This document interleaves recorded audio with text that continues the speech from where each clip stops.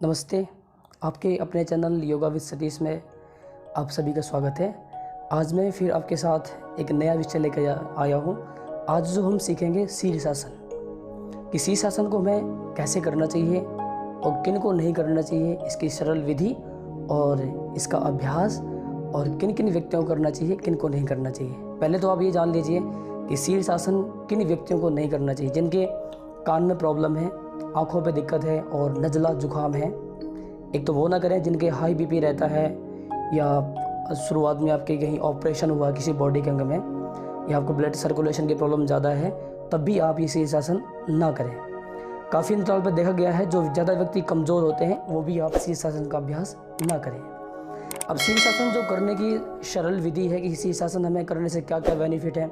एक तो प्रॉपर हमारे बाल नहीं झड़ते सिर के, और आँखों की प्रॉपर रोशनी बढ़ती है शीर्षासन का निरंतर अभ्यास करने से।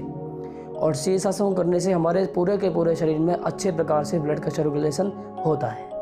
क्योंकि शीर्षासन से जब हम सिर के बल खड़े होते हैं, पैर हमारी यानी पूरी बॉडी का भार हमारे सिर में रहता है, तो सारा का सारा जो ब्लड का सर्कुलेशन हमारे मस्तिष्क से पड़ता है, तो इससे ब्रेन या हमारी दिमाग पर प्रेशर पड़ता है, उसकी मांसपेशियों पर प्रेशर पड़ता है, तो इससे हमारी प्रॉपर डिप्रेशन की समस्या को हम ठीक कर सकते हैं। तो शीर्षासन की मैंने आपको इस वीडियो में कुछ विशेष विधि बताई है। अगर उस विधि के अनुसार अगर आप रोज़ अभ्यास करते हैं, शुरुआत में आप 1 मिनट करें, 1 से आप 3 मिनट करें, 3 मिनट से आप 5 मिनट तक शीर्षासन कर सकते हैं, और काफ़ी अंतराल पर डिप्रेशन की समस्या से आपको बचाएगा अगर आप रेगुलर अभ्यास करते हैं शीर्षासन का। तो और प्रॉपर आपकी आंखों की रोशनी बढ़ाएगा। बाल झड़ते हैं बहुत ज़्यादा आपके, या बाल सफ़ेद होते हैं, तो उससे भी आपको ये शीर्षासन बचाएगा। तो आइए वीडियो शुरू करते हैं और शीर्षासन को अच्छे प्रकार से हम सीखते हैं। सबसे जो पहली विधि है शीर्षासन करने की, आपको ज़्यादा फोकस आपको सिर पर नहीं डालना है और गर्दन की हड्डी पर नहीं डालना ज़्यादा आपको। जैसे आपने कोई बिस्किट लिया हो या कोई भी लकड़ी ली हो, जैसे बिल्कुल सीधी रहती है, अगर सीधे सीधे उसको तोड़ना चाहते हैं तो नहीं टूटती है, थोड़ा मोड़ते हैं टूट जाती है। इसी प्रकार जब आप शीर्षासन करेंगे तो विशेष तौर से आपको गर्दन को बिल्कुल सीधा रखना है। तो आइए बस स्टार्ट करते हैं शीर्षासन को। तो उसके क्या क्या तरीके हैं, कौन कौन सी विधि आप अपना सकते हैं।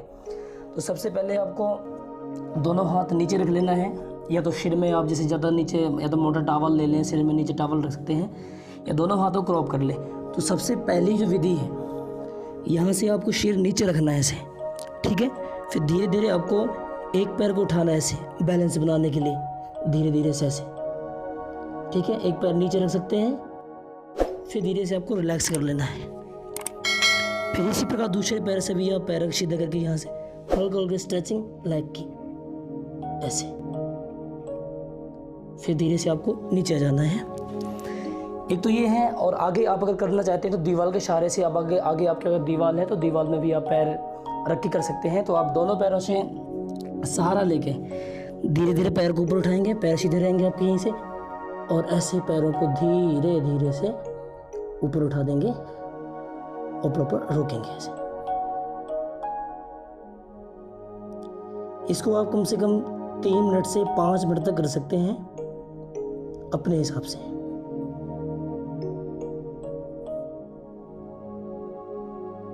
इस प्रकार फिर दोनों पैरों को वापस लेके ही फिर नीचे आइए। ये तो आप हाथों के इशारे से कर सकते हैं। बाकी अगर नहीं अभ्यास होता है आपसे, या काफ़ी दिन से आप ट्राई नहीं कर पा रहे हैं, शीर्षासन का अभ्यास नहीं है, तो वह वॉल यानी दीवार के सहारे से भी आप ऐसे प्रॉपर कर सकते हैं। जैसे मैंने दोनों हाथ पीछे रखे, सिर आगे रखा, और धीरे धीरे पैर उठा के ऊपर रखे यहाँ से, और पीछे दीवार है मेरे, तो यहाँ से दीवार पे आप ऐसे सहारा देके पीछे रोक सकते हैं।